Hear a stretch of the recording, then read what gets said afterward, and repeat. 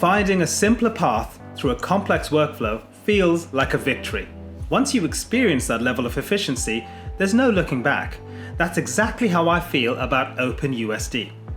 Here's something I encounter all the time making my animated series Artina's Art Squad that should interest anyone working in CG production.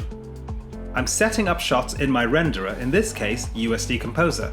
Cameras are placed, 2 characters are animated and positioned, and there's space left for a 3rd character that's still in the works. I move forward, tweaking the set's dressing and lighting and so on.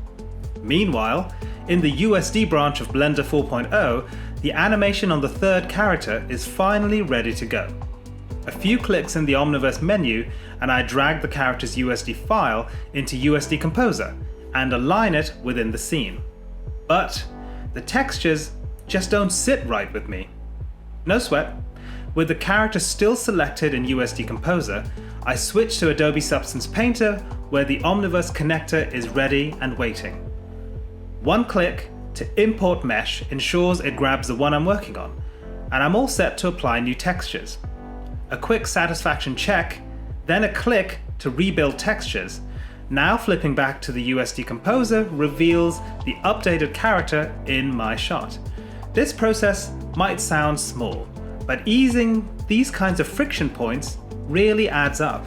A well-implemented OpenUSD workflow is not just a massive time saver, but a genuine joy to work with.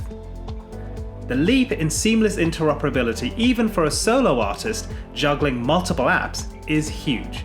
And when you scale that to a team, where each member focuses on their specialty in their app, the benefits of OpenUSD just multiply.